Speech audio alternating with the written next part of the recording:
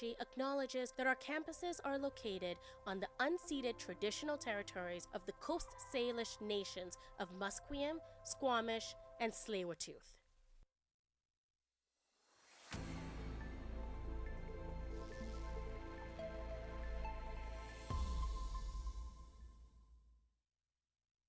Good morning once again. Good to see you, Burnaby. I'm Gabe Liesi for BCIT's The Crow. Some more news for you at 11:30. Let's kick things off with a guest. We are very happy to be joined in studio by our very own Orchid Salang. Orchid, tell us about what Samhain is and what its connection to Halloween is. An ancient Celtic festival that marked the end of the harvest season and the start of winter, and it was celebrated in Ireland over 2,000 years ago. People believed that during Samhain, the veil between the living and the dead was at its thinnest, so that would mean that the living and the dead, or spirits, could cross over. And when Christianity started spreading across the world, many of the traditions blended into a tradition you may know as All Hallows Eve, which eventually became Halloween. So a lot of what we celebrate now actually does trace back to Samhain.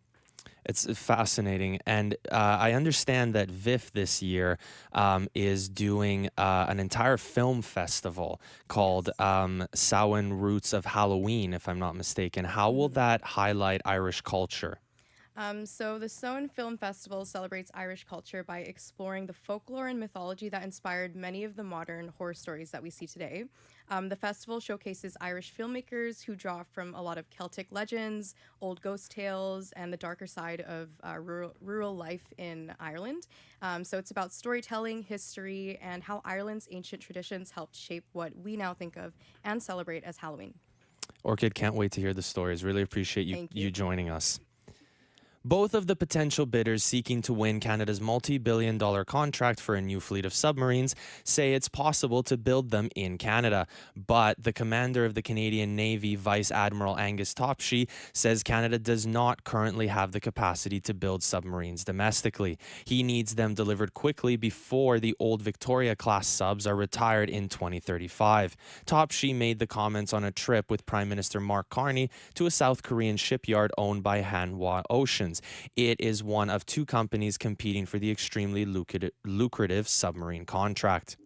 U.S. President Donald Trump has decided to lower combined tariffs on imports of Chinese goods to 47%. This comes after a meeting with Chinese President Xi Jinping aimed at reducing fentanyl trafficking. Trump's Treasury Secretary says China has agreed to purchase 25 million metric tons of U.S. soybeans annually as part of a new agreement between the two superpowers. Speaking to reporters aboard Air Force One, Trump describes his face-to-face meeting with Chinese leader Xi Jinping as a roaring success. We're going to issue a statement on some of the details. But overall, I guess on the scale from 0 to 10, with 10 being the best, I would say the meeting was a 12. Okay, I think it was a 12. The meeting was part of President Trump's recent trip to Asia. Communities across the Northern Caribbean are dealing with the aftermath of Hurricane Melissa. In Jamaica, emergency relief efforts are currently underway as residents assess damage and clear roads. Authorities have confirmed at least 4 deaths and thousands remain in shelters. In Cuba, heavy equipment is being roads, network, connectivity, energy has been lost across its path. But what is very unique is that the impact of Melissa, though very dire in this area, has actually spread across the country.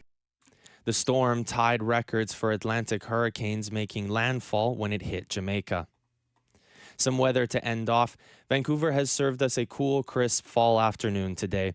No rain is expected today, although plenty is due for the next couple days. It's currently 10 degrees in Burnaby. The high is expected to be 13 today. I'm Gabe Liesi for BCIT's The Crow. Elijah and I will be back with you on the other side of lunch. Thank you for listening.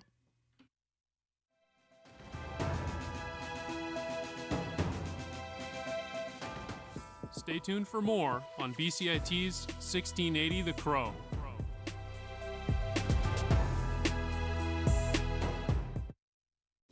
This is 1680 The Crow, and you're listening to our feature presentation.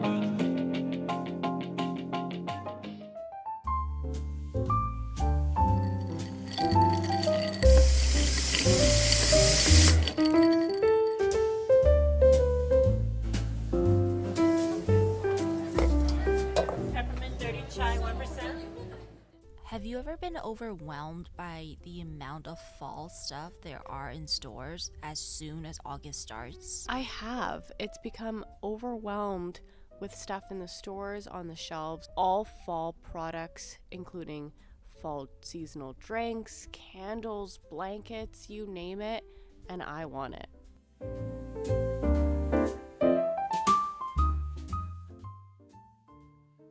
Welcome to Falling for Consumerism, Pumpkin Spice and Everything Not So Nice. I'm Jeannie Lynn. And I'm Isabella Vertone, and on today's episode, we're going to be talking about fall products and why people buy them and where they end up going.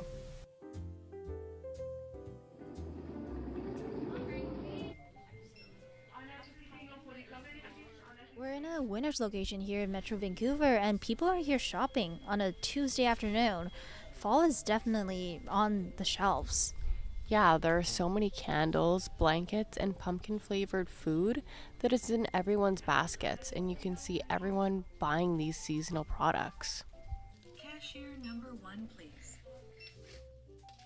To understand this obsession with fall shopping, we talked to Carla Dreyer, interior designer expert, about what it is about the season that makes it so popular. So I think almost people moving towards that, it's called the hygge sort of movement. I actually haven't heard of that. Yeah, like I think it's in Denmark or somewhere there. Like they call it hygge, where basically it's like everything is like about warmth. So it's like, it gets dark there, 3:00 or something, how it does here for a bit. And so it's about, how do we feel good during that time? And so I think there is something about like lighting the candles and having the nice throw and having the, pumpkin spice and all those things to make you feel warm and cozy and good. So I think it's in a way leaning towards the season and people try to make themselves kind of get through it in some ways, especially for Vancouver, I'm saying, because I know, we get so much rain and everything, right? Right. I think that's a really good take. I actually haven't heard that. And I think you're right, trying to use like that comfort aspect and, with all the marketing and social media, and people think, I maybe I need this or maybe I need that. Yes. And Isabella, you're also a fan of the seasonal fall shopping, right? I am. I can't get enough of all the products that they release each year. I look forward to buying all of them too. I am definitely the target for all of their ads, and I know it's bad and probably a waste of money, but I just can't help but want to buy their knickknacks in the stores. I feel like it's so intriguing, don't you? Yeah, I definitely think there's a psychological element to it, that buying this type of stuff and staying on top of the latest trends, it's like really exciting. What do you think makes it so exciting? A lot of it, I think it's because of like huge marketing campaigns that companies will use to sell the fall aesthetic, because it's seasonal, and so you feel like you have to buy it now because they won't have it for much longer. As soon as August rolls around, I feel like it's very in your face. It's on everybody's feeds, it's in all the shelves, and they really make it known that the fall season's starting. Yeah, there's also something that's different about the marketing phenomenon that is fall.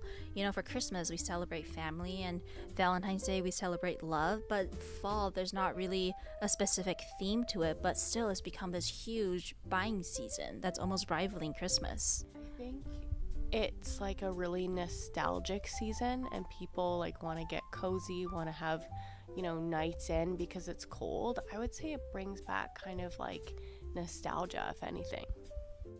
Wendy Fan is a digital marketer who was formerly employed at Tim Hortons. She talks to us about her experience with the pumpkin spice latte craze. We previously, when I was in that role, we would plan for our fall season launch almost a year in advance. Like those timelines are already in our calendar for planning, because you have to make commitments to suppliers, to vendors to purchase those products and have it in your stores in time for the launch of fall. And oftentimes there's a forecast that's given, a forecast that we use that's based on like previous year selling trends. Not only pumpkin spice latte, now a lot of brands are connecting like chai latte to the fall season as well. And chai latte, I feel like it's the same idea, like the spice of it, the color of the whole aroma of it really lines up with the fall season. Professor Amy Hanser teaches consumer culture at UBC. She talks about how consumer behavior and social media can give people a sense of community. One of the things we do talk about in the class is how consumption is often for many people an expression of identity. It's a form of, it can be part of what ties you to community. But the story of advertising over like the last 100 years is basically advertisers come up with advertising techniques and consumers get skeptical and don't buy it anymore. And influencers are just the latest step of like trying to make advertising look as unadvertising-like as possible. And the students tell me they do trust these people, and research on this suggests that that's why. People like the personal touch. They like the people who try out products and tell you how to use them. Like that really makes people more willing to buy stuff. And then they might feel part of an online community of some sort, even if it's not especially community-like. It feels like an identity group. Isabella, have you seen those boo basket trends on TikTok? I've seen them all over TikTok, all over Instagram. People buying these baskets and filling them with fall products, but they end up being like hundreds and hundreds of dollars. It's crazy. I know, and people put like Uggs in there too. Uggs, candles, like items that are gifts in themselves will go in these boo baskets. But I do really love this season. I love the leaves on the ground, walking with a hot drink in hand. It's great. Yeah, we should like go for a walk outside. Yeah, we should. Let's put our jackets on.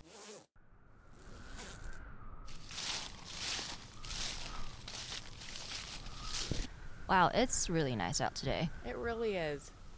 Okay, so we were talking earlier about how expensive fall shopping can be, but people are still like willing to pay for that. Why do you think that is? It gives people a little bit of a serotonin boost. I know even when I'm buying something, it makes me happy, even though I might not need it. Yeah, there's been a lot of online criticisms lately though, especially like online influencers who are spending these like exorbitant amounts of money on new seasonal things every single year. And they're like kind of influencing people to buy new things to make people feel like they need to.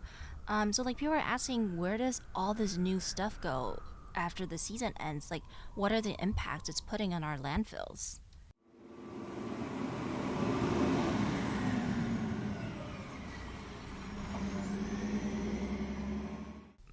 While overconsumption has been an increasing concern, there are many advocacy groups that are trying to combat the issue, such as the Buy Nothing Project.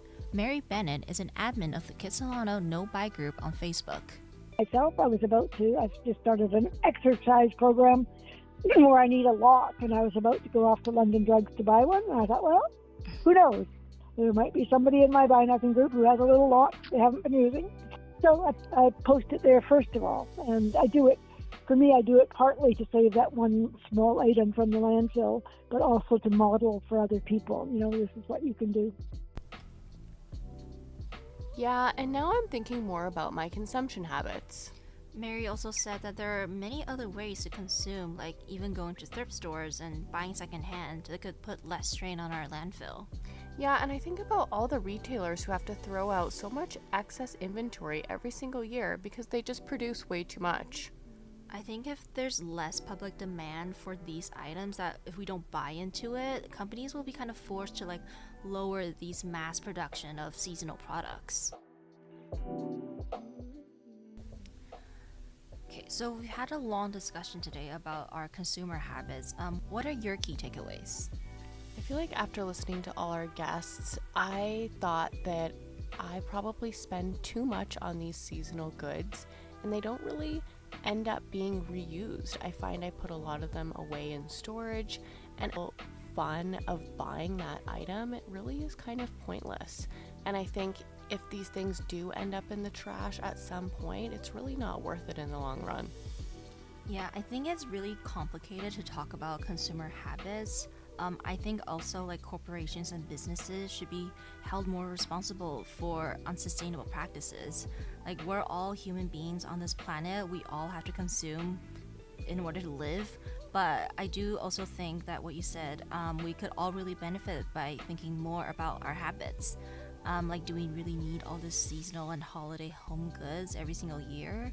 And also, do we really want to buy it, or do we only want to buy it because of social media and influencers? There are a lot of other ways we can consume, like going to thrift stores or just going on Facebook and looking at no-buy groups, seeing what's there. So I think that just like awareness as well is important. Thanks for listening. My name is Isabella Vertone. And I'm Jeannie Lin. And that was Falling for Consumerism.